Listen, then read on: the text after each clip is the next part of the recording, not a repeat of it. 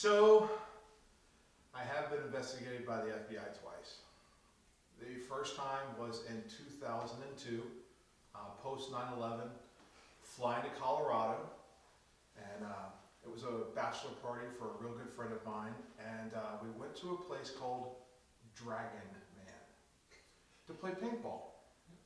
It had advertised paintball. It was in Colorado Springs, down just south of Denver. It was about an hour drive from where we were staying. And as we turn on the road to go to Dragon Man, there's a sign that says you're going to Dragon Man.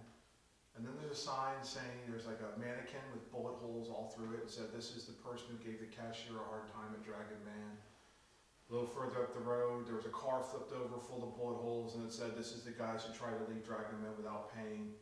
There's about 8 of those going up. And we get up to where Dragon Man is and we turn in, and there's this little tiny building, probably 1,500 square foot building with double barbed wire fence at 20 and 30 feet out from the house. And you had to walk through this narrow chain walkway to get to the building. And we get up, there's 20 of us. We're all kind of like looking at each other, and we're all Second Amendment guys. We don't have a problem with guns or anything.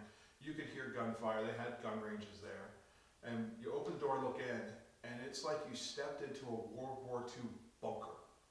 There is at least one of every gun ever manufactured hanging on the walls. Well, it turns out that it's a militia headquarters, a training center for a militia.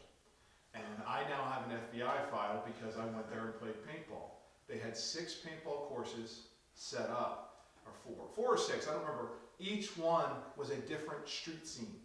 So like school buses lined up, ambulances lined up. So you're playing paintball in all these street scenes.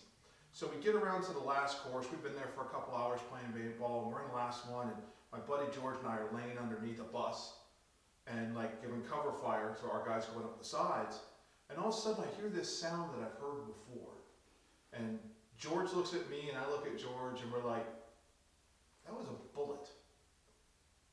So we game off, everybody, and we start walking out, and sure enough, there's a guy up on top of a hill waving at us. He goes, just want to see how you'd react. And I now have an FBI file.